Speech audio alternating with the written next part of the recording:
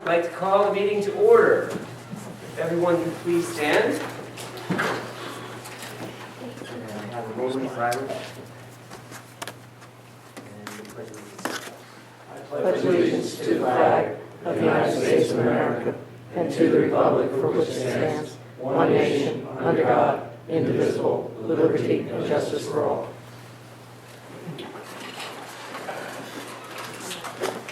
Can I get a roll call, please? Mr. Campion. Here. Mrs. King. Here. Mr. Herner. Mr. American. Here. Mr. Schuler. Here. Mr. Gorback. Here. Mayor O'Brien. Here. I'll read the Statement of Compliance with the Open Public Meetings Act. Pursuant to the requirements of the New Jersey Open Public Meetings Act, notice of this meeting was included in the annual meeting notice filed in the office of the Borough Clerk, posted on the Borough website and on the bulletin board in the municipal building, published as a legal notice in the Co-Star newspaper and mailed to those requesting notice and providing payment in accordance with Borough policy. And next, an approval of the agenda, but there will be one change. We are removing R 2016-169, the transfer of municipal budget appropriations, and saving for next meeting. Other than that, it is the agenda as you see it. Can we get a motion? What is that transfer? Was that for? These were budget appropriations. Typically, we must wait until after November 1st. We anticipated making some transfers, they're not necessary until our next meeting. That's different than the amendment to the capital. Okay, that's still going through. Yeah, that's- Okay, I'm sorry. And we're just moving it. That's it. I just want to make sure it didn't That's impact the the appropriate needs question when equipment. we make a change to the agenda. What? Make a motion. Okay. Mayor, did you want to add these additions or? Oh, and then there's we're gonna have a couple of presentations from the Environmental Commission about allowing dogs into the park and the farmer's market. Oh, your motion is still good? My motion is, I'll reaffirm that the motion is still good. All right. Second. Roll call, please. Mr. Campion. Yes. Mrs. King. Yes. Mr. American. Yes. Mr. Schuler. Yes. Mr. Gorback. Yes. Motion passed. Next, if we could approve the meeting minutes for the October 24th executive and regular session minutes. There was nobody absent that one. That's correct. Make that motion. Second. Roll call, please. Mr. Campion. Yes. Mrs. King. Yes. Mr. American. Yes. Mr. Schuler. Yes. Mr. Gorback. Yes. Motion passes. Which brings us to our presentations.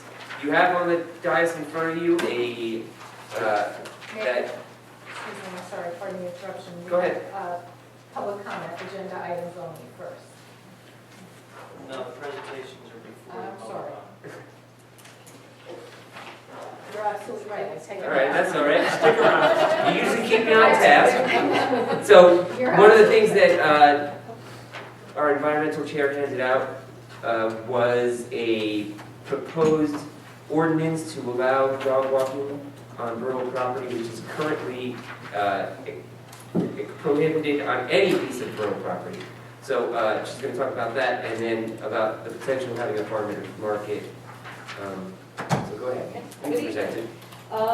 Yeah, the dog ordinance, we have been talking about this for some time because currently the ordinance, as you see, simply says no dogs allowed in the parks.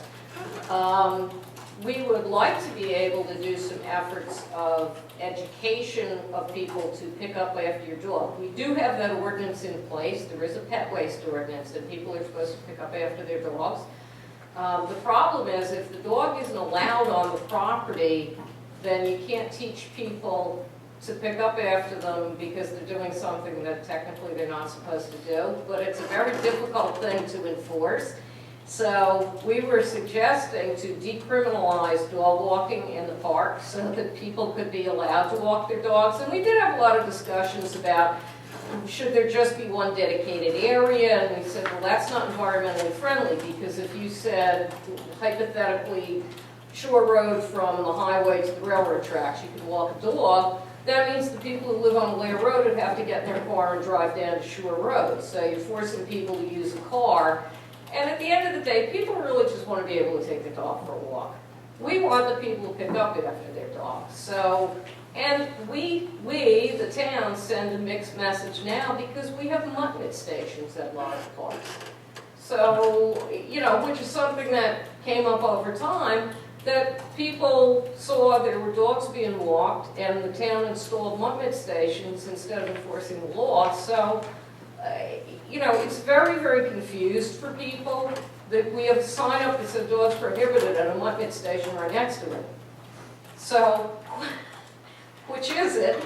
So we were saying that within the Sustainable Jersey program, they do give you points for animal-friendly type of ordinances. So we looked at that. We said we already have a leash law. The dogs have to be on a 6-foot leash. We already have a pooper scooper law. People have to pick up after their dogs. If we allow people to walk dogs in the park, which they do anyway, let's make it legal, and then maybe when people come in for license renewals, we could do some kind of education about pick up after your pet.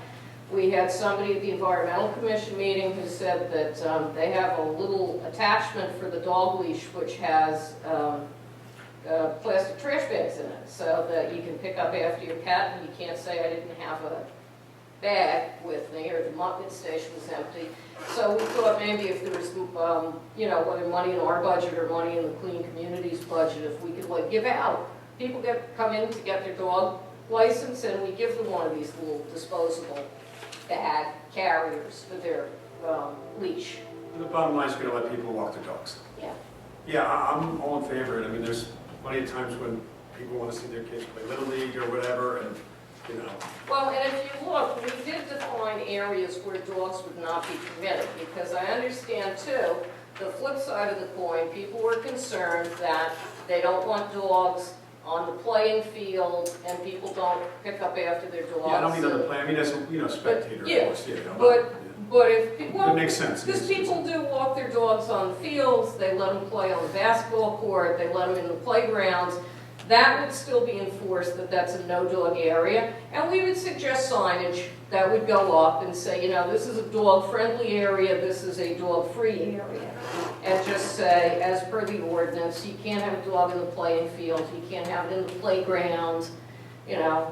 Yeah, we don't want them using the tennis courts or the baseball Tennis field as a Yeah, landscape it dog makes all the run. sense in the world. You know, you go by Ocean Yeah. Road Park and there's like a kid on a skateboard letting the dog pull him on the tennis court or something. It's like, yeah, okay, I get it. You know, the kids want to do that stuff, but don't do it there. So, and we need signage. We're very bad about signage in this town. So this is something I think would help say, here's what you can do, here's what you can't do. This is where you can do it, and, you know, have fun with your dog. Just clean up after it. So I guess if you folks are receptive to it, you would need to, I guess, put it on as a discussion item, and it would have to then go through the whole ordinance, be introduced, excuse me, and then have a public hearing to get amended. Okay. So- Was there any suggestion, were you okay with the current fine for, Well, I had for making a mess? I had sent Gary, because I think and we talked about this Monday, that the wording that's in our current ordinance on fines, and I think we've had this in other places in the book, is very specific. And so if the fine changes statewide, our ordinance is out of sync. And I think in the past, we have some generic The last conversation I had with anybody about fines was I had a conversation with the municipal prosecutor some time ago, and he was asking about the maximum level, and I think we determined that the fines are at the maximum right now. I haven't looked at it in a long time, but he was satisfied that was the case, so I would have to go back. Okay, I just want to make sure that if our thrust is going to be enforcement of picking up after your dog versus keeping your dog out of the park, or we just charging your. Well, I think if you were going to change the ordinance, obviously you'd want to take a look at all Yeah. of the tangential stuff to make sure it all is internally consistent, rather than having something that doesn't make sense when, like, two signs next to each other that don't mean the same thing. So we'd have to take a look at all. Okay, great. Yeah, and I think too, if you notice the clause about dogs are not allowed in parks is in the park and recreation ordinance, but we have a whole animal control ordinance, which is where the leash law and the pooper scooper law is. So we were saying, maybe move this allowing them in the parks into the animal control ordinance so everything's in one chapter. And then that way, because I think that might harm the enforcement level too, is if you have different clauses in different chapters, Yeah. they're not all in one place. So, you know, I mean, you have to be a lawyer to know this book backwards and forwards. So it tries to make it easier for people to put everything in one place. And then my colleague Sandy Dennison was going to be here tonight, but she had to work, so she had asked to speak about this. As you know, the borough had gotten involved with the Sustainable Jersey project, and Sandy is our point person for that, and she had picked as a project doing a farmer's market. And she's done a lot of legwork. We were going to try to do it this past year, but we couldn't move. We got a late start, so it was a little difficult to do it. So we just wanted to talk about where we are now and make sure everybody's okay with that before we go and start recruiting vendors and what have you. So what Sandy had come up with was that the farmer's market would be sited out here where the gazebo is, and that's because there's electricity, if the vendors need electricity. There's also a roofed structure. I mean, most of the vendors have canopies now, but just in case you have somebody without, we have cover, and that's actually a big selling point. And we also have restrooms, both for the vendors and for any participants who would come through. We were talking about maybe doing it on a Sunday, because we felt like Sunday is the day that people are out and about going to church and coming back, and they'll go to the beach and come back. And this is a very central location here. So this is good, because it's kind of an equal distance from every place in town to get to. And Sandy had talked to the people at Allaire Community Farm, and they were very interested. They would actually like to do it for 2 days, Saturday and Sunday. So, you know, to start, we might just do it Sunday to see how it works out, and then go from there. She had the Herbertsville Honey People, she has a bread baker. They she just has set up a couple around the others. gazebo and the grass and the grove over there. Yeah. Just, people Yeah, come. and there's parking, Yeah. there's parking, there's bathrooms, there's water, there's electricity, there's like everything you need to do it. And then she's been talking to other towns that do it to get copies of like a contract. Well, the vendors all have insurance because they do this in different towns. The thing we discovered was the vendors usually start booking their next year from like November through February.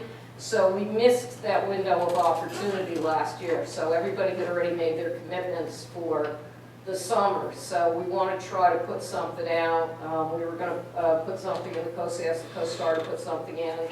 I was going to put some flyers out in Cream Ridge, like in the feed store and the tractor store, to attract some of the farm people. And I think Sandy was going to do a flyer and go to one of the markets in Red Band, which is open through December, and hand it out to the actual vendors and say, we're going to be doing a new market, we're looking for people.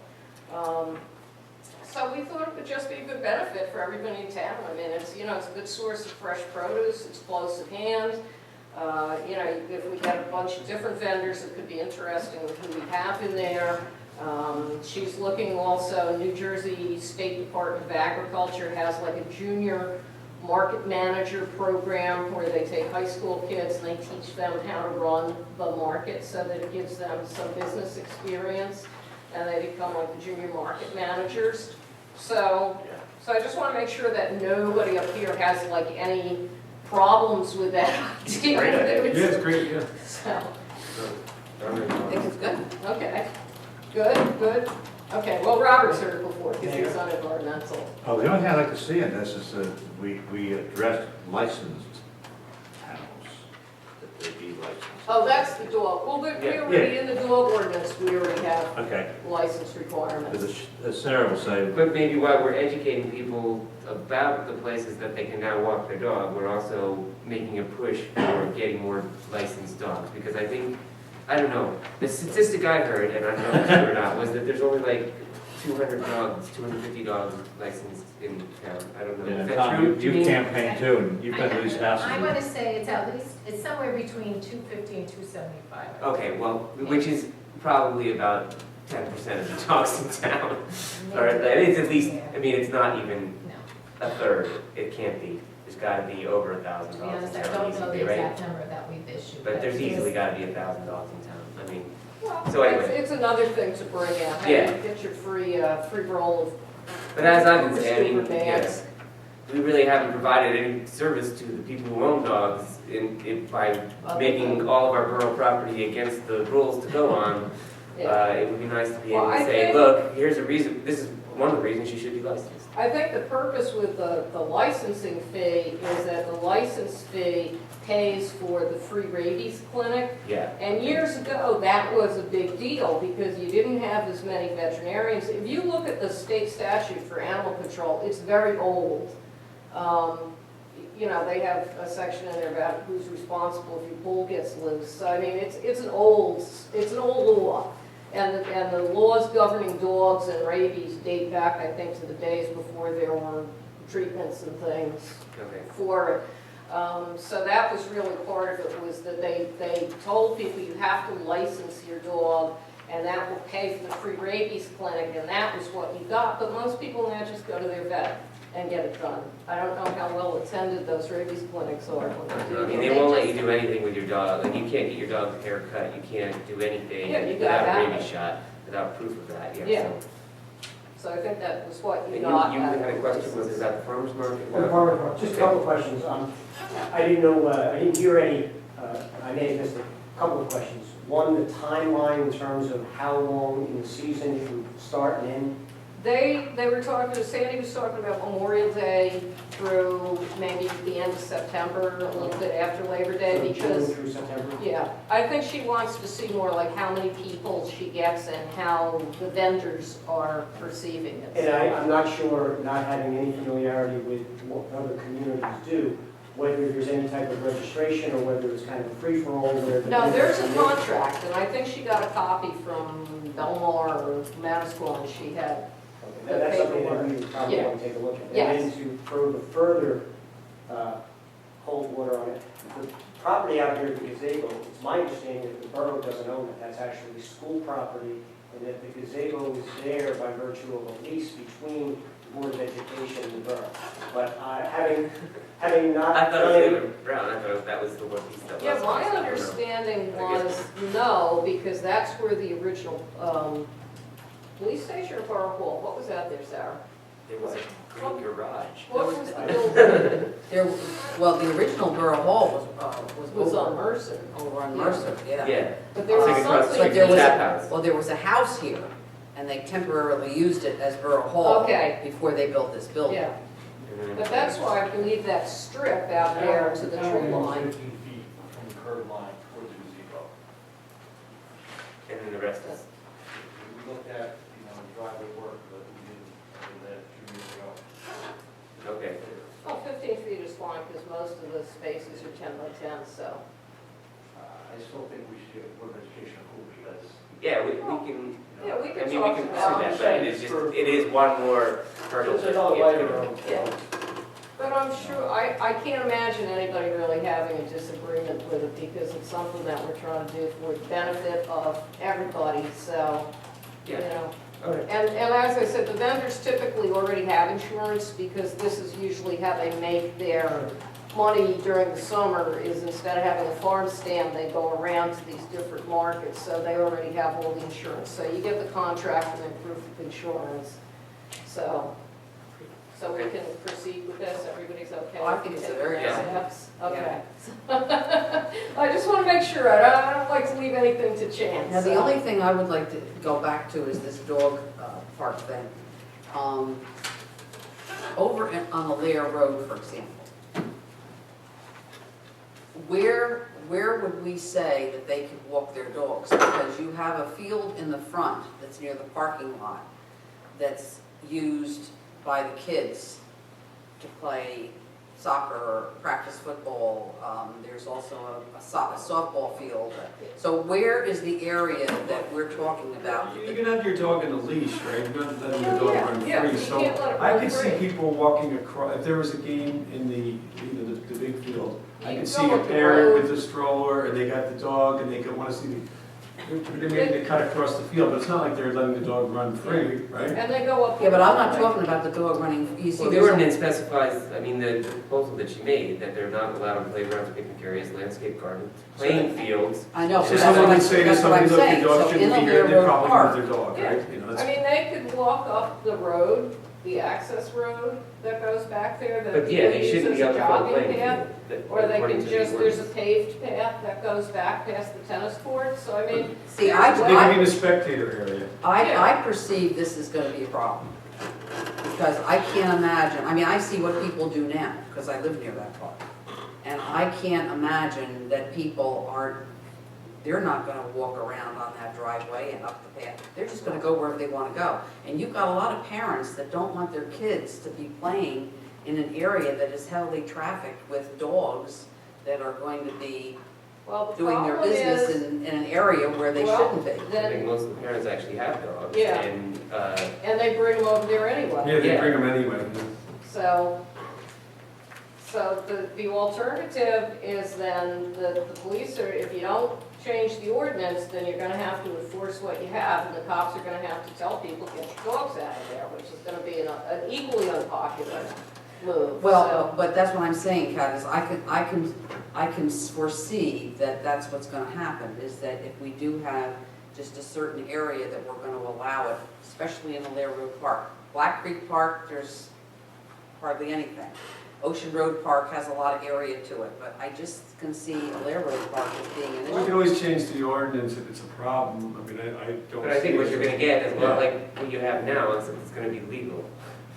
And I really don't see that it's a big problem right now, because if it was, we would be asked to enforce. Yeah, but the problem is, Tom, is that we're not enforcing it. The laws that we have on the books right now. I know, I think we're not enforcing them because nobody's really causing problems with them, and they aren't really to the benefit of the town.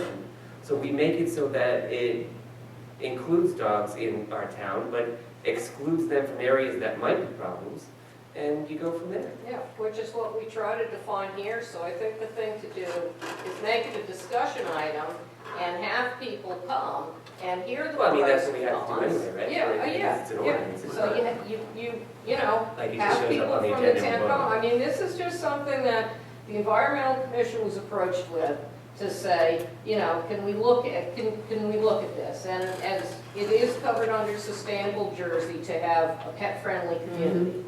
So, okay, so we weighed the pros and the cons, and we said, you know, right now, if you walk your dog in a park, you're a criminal, and you can get a summons for it.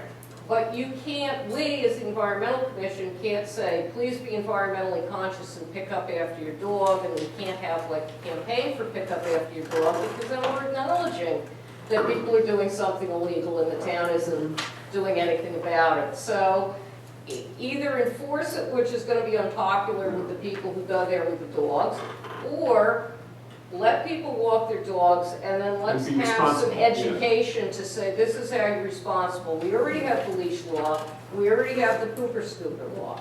So that's already in place, if you go in and read that chapter. So all that stuff is there, there just hasn't been any enforcement. So I think if you want to put it on as a discussion item Well, it's and not get even people. enforced. Well, I mean, if it's a change to the ordinance, we have to discuss it in public anyway. It Yeah, has to be a public yeah. discussion, which How is are good. we, Yeah. how are we going to define these areas that they're not allowed? I think we just The had general it. public who just, oh, I didn't know it was a playground. Signage. You put up signage, playground, no dogs allowed. No dogs allowed in the playground. I mean, yeah, I mean, it's, So- there, You put it right next to the Robertson playground. Park, the playground has that little kind of almost curved thing around it, it's pretty Yeah. clear, you know? Yeah, so I don't think it's impossible to do. I think, you know, I think it's possible to do. Other towns do it, and I think it's just got a lot to do with the education. And yes, you're always going to have one person who the law doesn't apply to, who's going to be a troublemaker, but don't let that person spoil it for everybody else. I mean, Somebody who lives on Low Road should be able to, if they want to walk their dog through Laird Road Park to get to, well, and somebody get to who that lives road. down in the second district should be able to walk through Ocean Road, and somebody who lives in the third should walk in Black Creek and Shore Road. And I mean, We have areas, we had people asking us, please put a Mutton station in the little Veterans Park on the corner of 71 and Lair, because everybody from Fairway Mews walks their dog on a Lair Road, Yeah. and they get up to the end of the Lair Road in a little park, Yep. and there's no place to put your bag of dog waste. So, you know, they said that would be a really nice place to have a little Mutton station where you have the can and they could just pick it up and drop there. But legally, like, again, there's another mixed message. If we put one there and the ordinance stands the way it is, you know. Well, I do think the one thing we have to do in this town, and it's not just on this issue, is I think that we have a lot of laws that unfortunately we don't enforce. Well, maybe And you, I think that we have to get, not that they need to get modified or anything, we have laws that need to be enforced. the other alternative is to get rid of the law because they're not, it's not important. Yeah, I mean, I think they need to be. And you could also have too analyzed. many laws.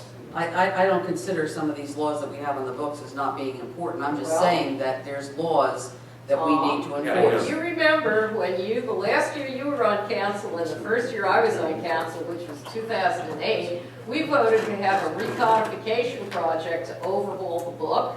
Yep. And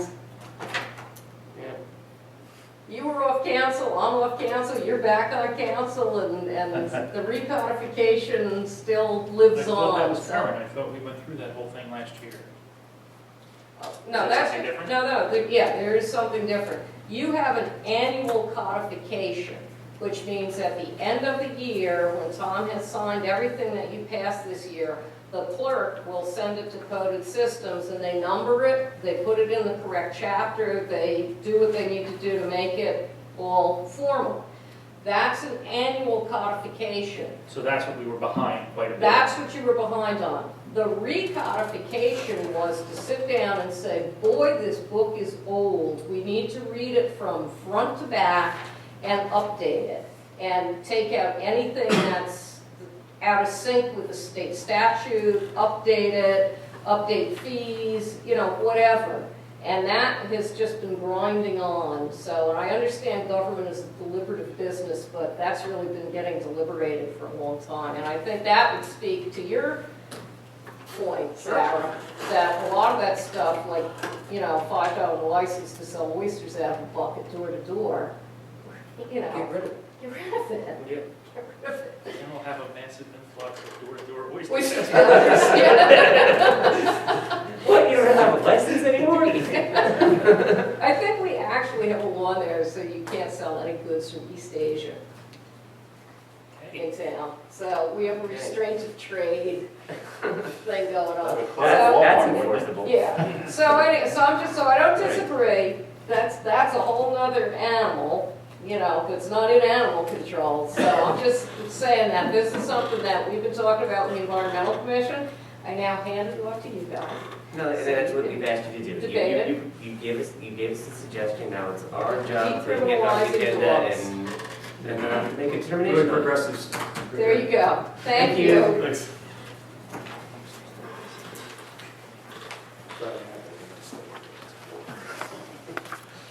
So, I don't believe we have any other presentations unless someone up here has something that they would like to present. All right, then, that brings us to our scheduled public hearings, of which we have none. And then to the public comment section for agenda items only. If you would like to speak on anything that's on the agenda, please approach the chair, state your name and address, and your issue. Seeing no hands, can I get a motion to close that? I'll make that motion. Second. Mr. Campion? Yes.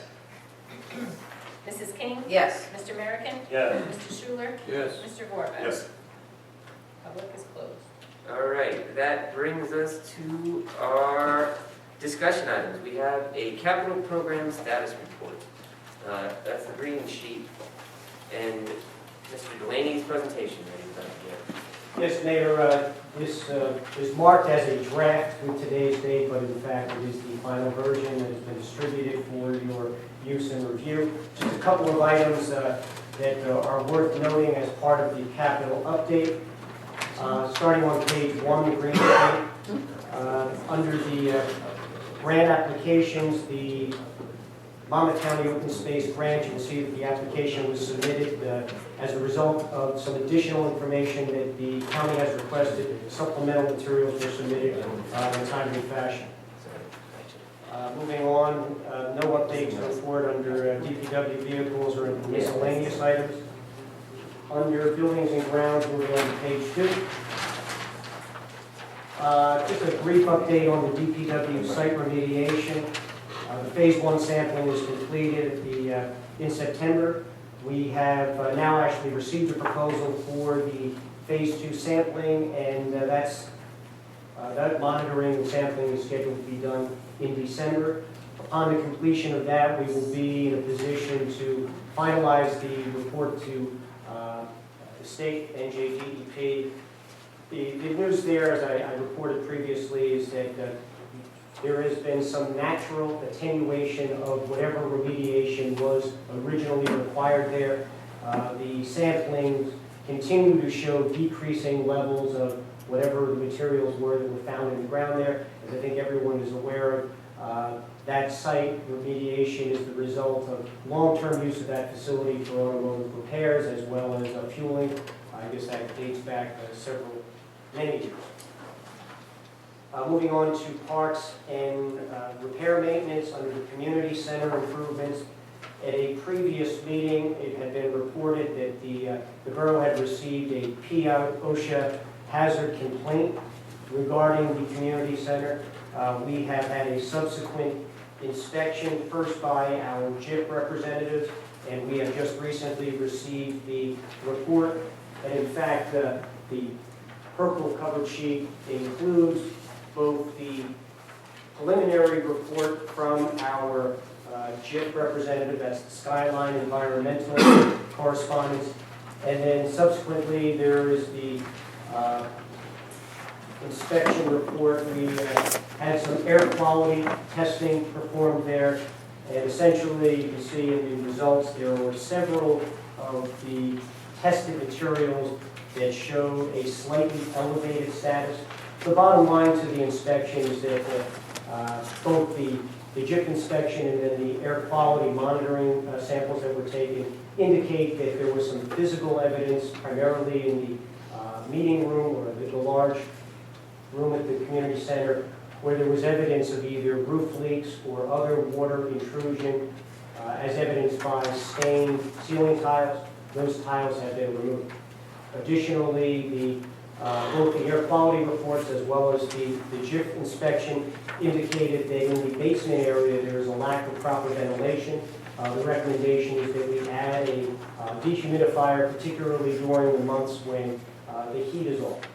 The way it works there is that there is air conditioning in the facility, but it does not include the basement area. The heating, which is hot air, forced air heating, operates during the cold months. That obviously removes most of the humidity and any other moisture that would give rise to any mold that would be found. Additionally, there have been a couple of recommendations regarding the exterior drainage that will also be addressed. And in any event, it looks like we can close this. There has been a recommendation from the air quality that once the dehumidifier is in place, that follow-up sampling is done, and we'll review that at the appropriate time. That notification from the Department of Health had precipitated somewhat of a stalling pattern for the community center work, obviously. That has now been completed, and we are moving ahead with the bid alternatives as a result of the discussion that took place before the council. I guess my notes reflected that was in mid-September. The architect is preparing a revised alternative bid, basically with a reduced improvements, and then the alternative so that we have budget numbers, hard budget numbers to proceed with for the expansion as it was originally proposed. Can we have that ready for next meeting? I anticipate that it will be in December, so we may very well make the One of the next two meetings before the end of the year? That's I mean, I think that this council has put a lot of work into it. If we could get a vote on it before year end, that would be my preference. we'll push for 2 weeks from today, is the 28th Yeah. of November, so that is certainly possible. Thank you. Moving on to the Joseph Robertson, Alaire Road Park. Again, at a previous meeting, there had been a public comment presented to the council regarding handicap accessibility and ADA compliance at all of our park facilities. As a result of that comment, we undertook a self-evaluation of the active and passive park facilities, and the results of that self-evaluation are presented as part of the yellow summary. In essence, there were a number of areas where we could stand some improvement. Some of those improvements have been completed, specifically some of the ramp facilities into the tennis courts specifically, and the basketball courts at the Ocean Road Bicentennial Park. And as noted, there are a couple that will require some additional consideration because they are not easy fixes. And essentially there is in terms of what the law requires is that our facilities be accessible. For instance, and I'll use Robertson, Alaire Road Park as an example, we have 2 fields, a field in the front and a field in the back. Under the guidelines, as long as one of the facilities would be totally accessible, that's acceptable and in compliance. There is a question about the basketball courts because we do not have a paved path to those basketball courts, although I will tell you also that the requirements are that there be a hard surface, I believe the terminology is firm surface that provides access to the facilities. And we are in compliance with that, but in light of the fact that all of our other active recreation facilities have paved pathways, that is the one that is not. So that requires some additional review by the council and consideration as to whether we want to proceed on that. So at this point, the improvements the easy improvements have been made. We have a couple of minor adjustments to make at Ocean Road Park to be fully compliant. The fire siren, what's going on there? The fire siren, as indicated, is on hold. My information I have is that that's coming back to the council before the end of the year for presentation. Yeah, this has been my thing. I tried to arrange with the vendor that we had found that was the lowest bidder and best qualified when we were looking at it last year. And when I spoke to him recently, he said that the equipment that we had been working on apparently is about to be phased out, so he wants to rework it, we're just going to replace it, so we don't get obsolete equipment installed as new that's discontinued in a year. So Sounds reasonable. That's what I'm It's still waiting the for. same plan to put in the same spot. Same, Take the old ones exactly. down. Okay, good. And likewise, I'm at just the hoping to get that done for this meeting or the next meeting, but that didn't pan out because of the vendor issues, and I think that made perfect sense. the other issue that came up for discussion at the last meeting was the lighting controls at both Ocean Road Bicentennial Park and Joseph Robertson Alaire Road Park. We are waiting quote for that, and we will proceed. We don't expect those costs to be too excessive. The current estimate is between $1,000 to $1,500 per location. Installed? Installed. Moving on to road and drainage, a lot of updates here. First of all, I believe everyone is aware that I'm now at the top of page 3. Traffic signs, street signs, traffic control. The Warren Avenue traffic signal, which was a county project, that has now been completed, and the signal was activated about 2 weeks ago, or a week and a half ago. Back up to the fire siren, we had talked a while back about taking down those other ones. Has that been done? No, we haven't taken down the siren over yet.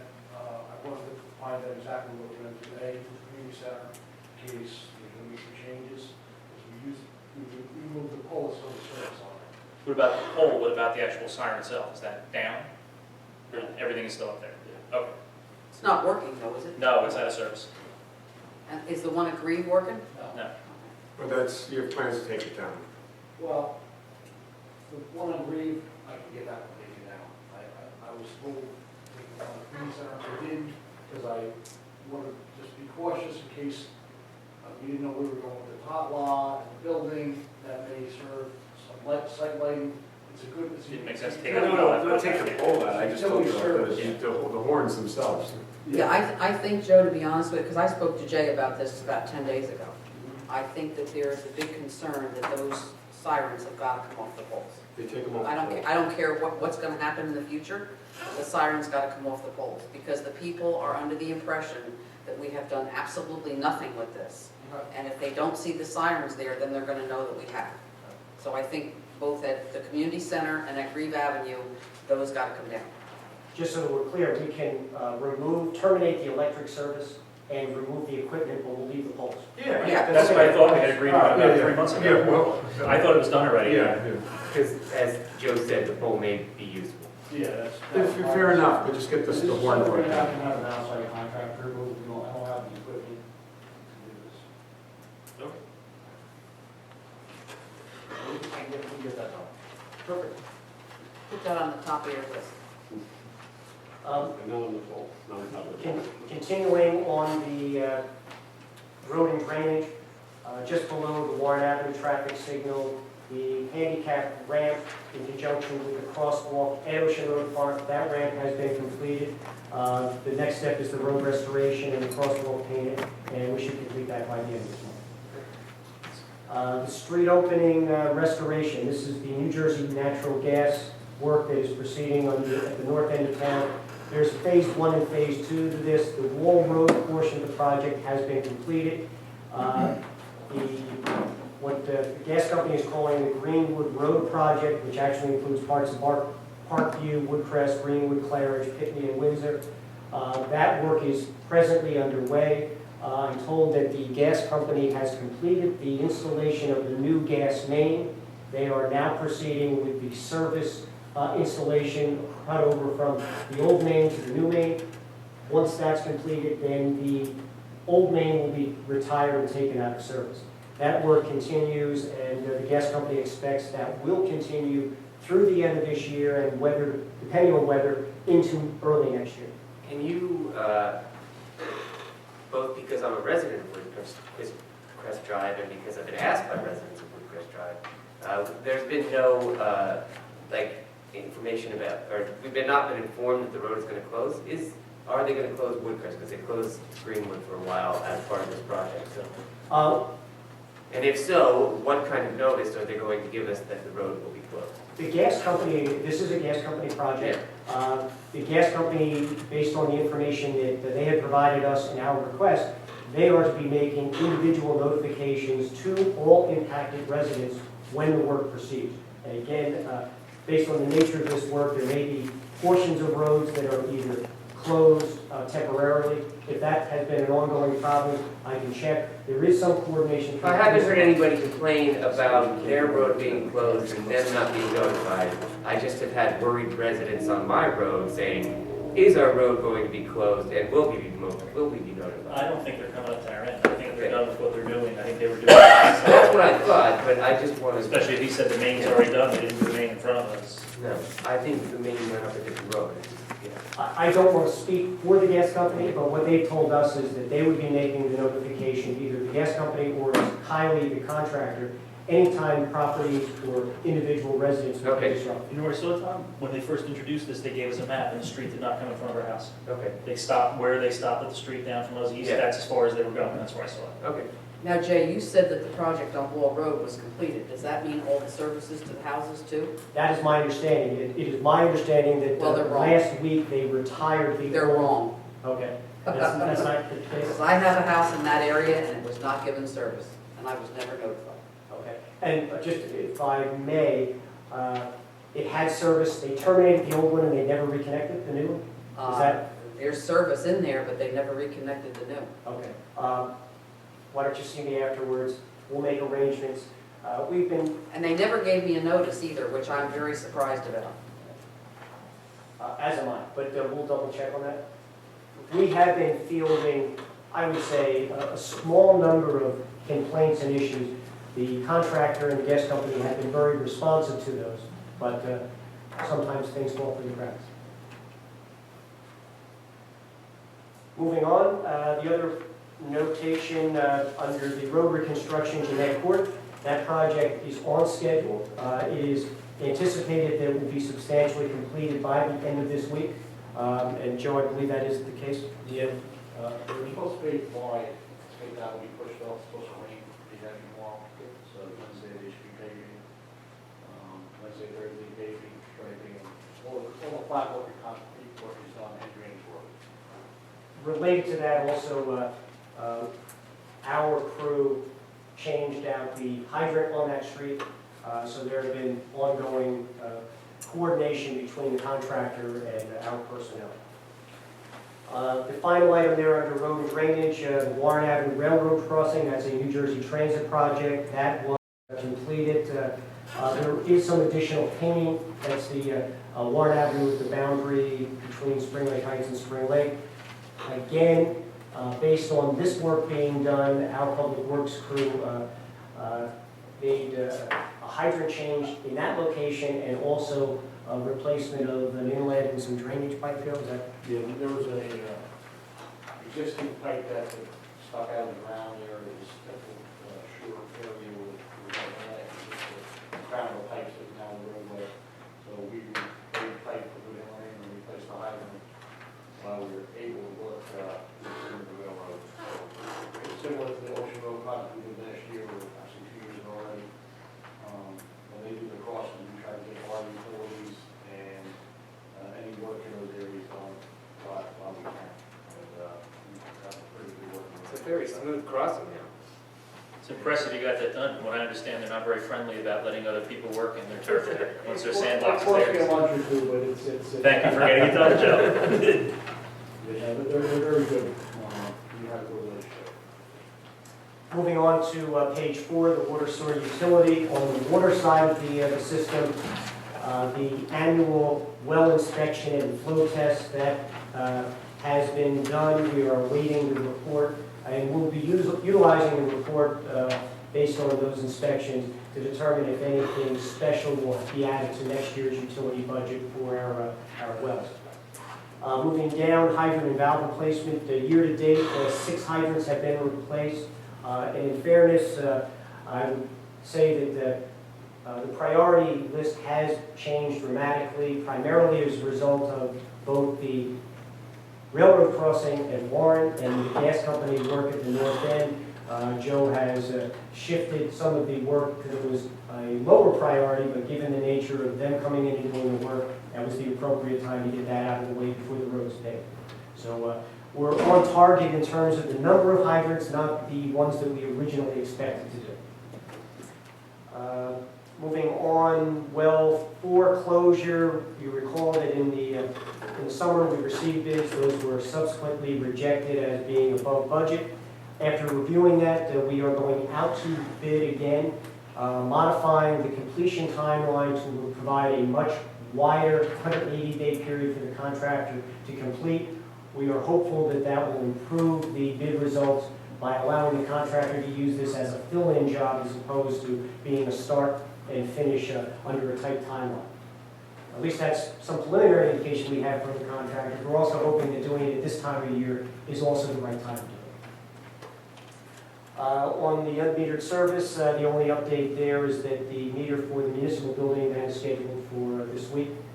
So we are knocking out those unmetered services that we have for our public facilities.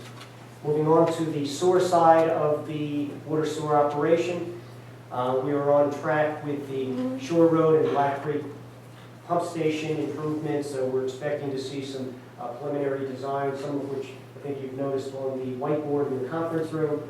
We expect to see those in paper form and proceed so that work could be scheduled for next year. Under the Fairway News pump station, the generator there has been replaced, and it is listed as substantially complete. There are a couple of minor items that we expect to have to work out there. And once that's done, then we'll move on to the Fairway News pump station upgrades. The sewer main repair here on Brighton Lane, that is now scheduled to receive bids in December. As you know, that has been one of our areas of concern, so we'll have hard numbers, and that is being bid as with an alternative, relining the pipe or replacement. Is that? Yes, sir. It's a total replacement and road reconstruction versus just relining project. And that concludes the general update. If there are any questions on any of the projects. Thank you, Mayor. Thank you, Jay. brings us to our mayor and council reports and announcements. I'll start on the right side, guys. Chris? I have nothing to report. Everything's working as it's supposed to. We had a piece of equipment go down for public works. We're going to transfer some money later on. That's what I had asked you about earlier that I thought was getting pushed off, and I'm glad it wasn't. But because of the way we're managing things with our capital plan and the way we're purchasing equipment, we're fortunate enough to have some money there that we can slide over and place the equipment without having to go into debt. Good news. That's the plan. We stick to it. Councilman Borbeck? Nothing to report. Councilwoman King? I have a couple things. In our reports, notices, and correspondence, we have a copy of a resolution from Manasquan regarding supporting the painting of a thin blue line in support of Monmouth County law enforcement. And we will be taking that under consideration and deciding where we're going to put the line, which probably, if we do this, would be out here in front of our police headquarters. And I think it would be a nice gesture. We also, which a lot of people don't know, we have an iron sign in the back of the building here in representation of thanking the police department. And I don't know if we've ever had, did we ever have any pictures of that taken and put in the Coast Star or anything like that? As you're aware, that sign was donated. The Correct. Donor wished to remain anonymous. So we have not taken any actions to publicize it. Okay, well, maybe we can kind of incorporate it. We don't have to mention who donated it or anything like that, but maybe when we do the blue line, we can incorporate that as well. I think that was a very nice gesture in honor of our police department. Unfortunately, like I said, it's out in the back of the building, and a lot of people don't, get to see it unless they drive around to the back. The other thing that I would like to mention is a Veterans Day luncheon, which was very, very nice. Susan Doolin goes above and beyond, but I especially want to thank Rich Carriger, who is here tonight, for chairing this event and the committee and everything else. It's a wonderful day for these veterans. And Rich, would you like to get up and just give a little synopsis of the events and I what don't took have the place? final report, but I think we were just about the same number as last year, roughly. We had some late add-ons that we didn't anticipate, which was fine. We're not going to turn anybody away. People just walked up to the door, they called Susan in the morning, come on over. We wound up with about the same number. As far as the success of it, I was very pleased. I'll leave that to the attendees to decide. The food was good. And that miles that I can see. Doolin's went above and beyond with their hospitality and generosity. Yes, they do. I know last year we made a few suggestions on how to improve the serving stations, and Susan stepped up and everything was, I thought, appropriately placed. And just thank everybody here for yourself, Sarah, Janine for the work you did, Jay, the only thing Jay and myself did was make sure the dessert bar was clear. But thank you, everybody, and all of it, especially the veterans that were there. And as far as I'm concerned, we'll keep working on it and try to get more veterans. Because I know a few people just in my neighborhood that, for various reasons, did not attend, and we try to draw more people out. I realize some people don't want to attend for the personal issues, if you will. But, I try to encourage them to come forward and sit with other veterans and talk. But everybody has their own opinion whether they should go or not. Well, it's also developed, I think, a little bit of camaraderie because Right. many of the people And have that's what I been try coming out. to relate to the ones that are feel a little awkward about going. Right. And, I can't judge what's in anybody's mind, but, I just try to encourage them, but, and as far as I'm concerned, we'll keep going forward and try to improve year on, after year. Thank you very much. And I know you people gave up your day off to accommodate us. One other thing I'd like to mention in reference to the luncheon was we did give out a coaster this year as a memento of the event. And I'm just going to ask Janine if she had one here. Now, There we go. Janine came up with the location, and it was so appropriate because it was Freedom Park, and we had it incorporated on this coaster, and it was very well received by all the veterans that attended the event. And I just want to thank Janine for her idea. I thought that was an excellent spot to take the picture. And also going back to Doolin's, that unbeknownst to us until near the end, Susan Doolin and Joni donated gift cards to all the veterans for the Which was a surprise. Yeah. So thank you again, Rich, Yeah, thanks, Bruce. Thanks, and the Eileen. committee. Thank you, everybody. Thanks. That's all. All right. Jim? I have nothing. Robert? All clear. All right, I wanted to just echo what Sarah had to say. I went to lunch and it was great, and thank you for all the hard work that got put into it. It was a really, really great event. And just the other thing I wanted to say was publicly congratulate our new council people-elect, Joe Tompe and Rich Dibber, who will be joining us in January. Other than that, we're done with the council reports and announcements. Which brings us to the reports, notices, and correspondences. The first item that we have is a monthly police department report for January 2016. We have a monthly revenue report for October 2016. We have our water sewer utility revenue projection for 2016. There's a list of a Wall Township public hearing for November 22nd, 2016, regarding an ordinance for land use for pharmacies and drugstores. There is a notice about the Monmouth County Board of Chosen Freeholders adoption of resolution imposing the general public to utilize housing at Naval Station Earl. There's a Borough of Allentown resolution in support of a complete streets policy for Allentown. There's the resolution from Manasquan that Sarah mentioned regarding supporting the painting of a thin blue line in support of the Monmouth County law enforcement. And hopefully we can get that done on a short period. I think Sarah's suggestion of Brighton Avenue is a great idea. It's a road that we can just paint the line ourselves and not have to ask permission for. The legal notice for the Spring Lake Heights Board of Adjustment hearing, 11/17/16 in the Lopez, Ronan, Prospect Avenue, and a legal notice of the Spring Lake Heights Board of Adjustment hearing for Costello for 507 6th Avenue. We have no ordinance introductions on the agenda, which brings us to our resolutions.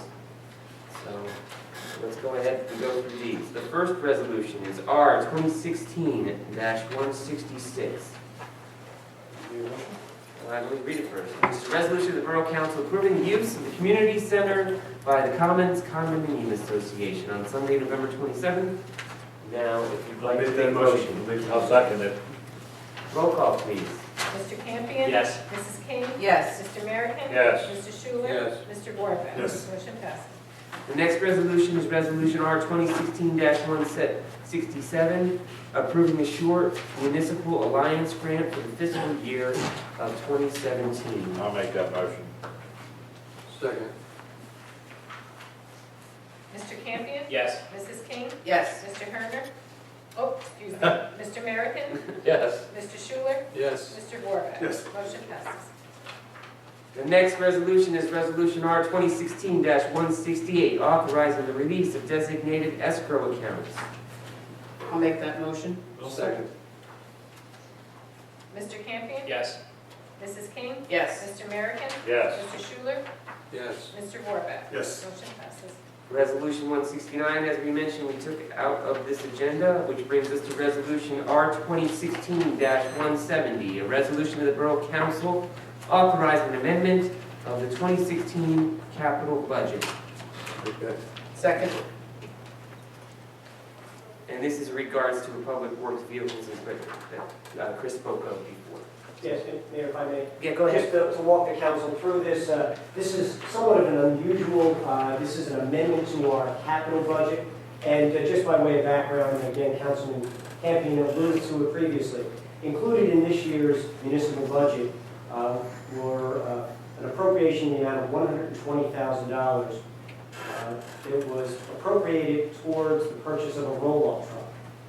That was supplemented by funds that were reserved from prior years in the amount of $75,000. So we had budgeted a total of $195,000 towards the purchase of the roll-off truck. As the council is aware, we went out to bid and we actually received, were able to purchase that piece of equipment for approximately $168,000. So we have excess funds available for that.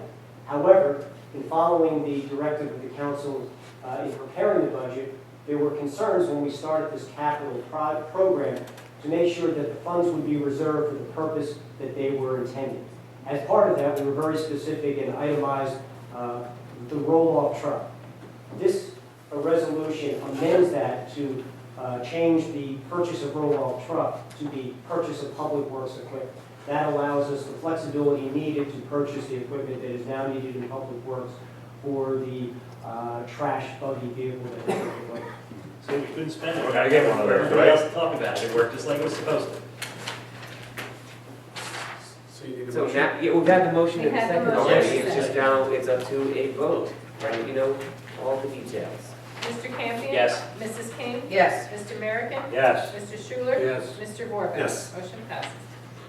And then the final resolution is Resolution R 2016-171, approving the payment of claims on the November 10th, 2016 bill list. I'll make that motion. Second. Roll call, please. Mr. Campion? Yes. Mrs. King? Yes. Mr. Merrickin? Yes. Mr. Schuler? Yes. Mr. Vorbeck? Yes. Motion passes. That brings us to our public comment section for any item. If you would like to make a public comment, please approach the chair, state your name and address, and your comment. Cat Crippen, 564 Atlantic Avenue. I just want to thank the mayor and his family and some members of the Environmental Commission for coming out this past Sunday to Fletcher property to do a little cleanup. And I just want to say we're going to be back this coming Sunday from noon until 1 or 1:30ish to finish off the little section that we're doing.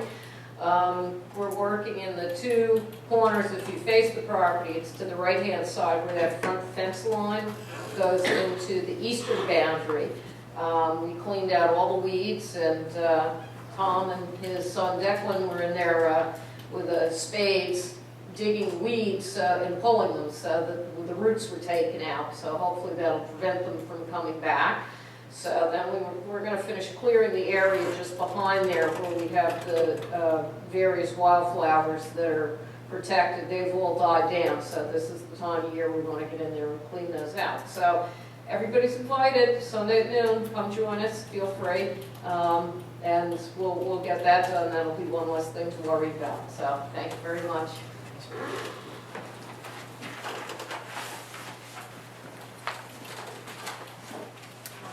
Hello. Carrington is 812 Central Ave.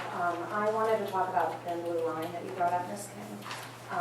I wanted to know why you said if the council decides to do it. I thought this was something the Well, council would I- fully support of. I'm sure that they are, but I just want to check out a few more things, and I also want to discuss it with the chief. Okay, I'm sure he would be behind it considering it's in support of his officers, but I would just like some consensus from the council that is something that would be done. This was something that was brought up in a letter you received from the October 24th meeting from, I believe it was Long Branch? No, Eatontown had done it. Long Branch has done one. Manasquan has done one. Yeah. Manasquan was the last one you received this evening. Right. But I think this is something that I think the town should show they're on board for a top. I think it's a very honorable. Give it I a thought, don't absolutely. think there's going to be any problem. I'd do the whole I highway just- if we could. I would love to do the whole highway because of logistically and cost-wise, it's not gonna happen. Yeah. Yeah, We and can't then say you're highway. interfering Let's with do the it, let's state. do it now. I would love to do it down Let's Brighton, do I would love to do it into Spring Lake and just show full support for these guys. Great, thanks, Great Greg. idea.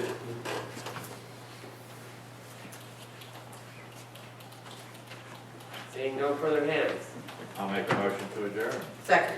Wait, close comment first. What? Oh, we can do that. We can start with closing the comment. Can we get a motion to close the public comment section? Yes. Make that motion. Motion. Second. Now, we'll get a roll call on that one, and then we'll do the other one. Sorry, now that your meeting minutes are all discombobulated. Mr. Campion? Yes. Mrs. King? Yes. Mr. American? Yes. Mr. Schuler? Yes. Mr. Borga? Yes, twice. And if you could remind Janine, please, who motioned to close the meeting and seconded it? I think I did. Okay, so King is closing and a second? I'll second it. Okay, I'll jump in there. all in favor? Aye.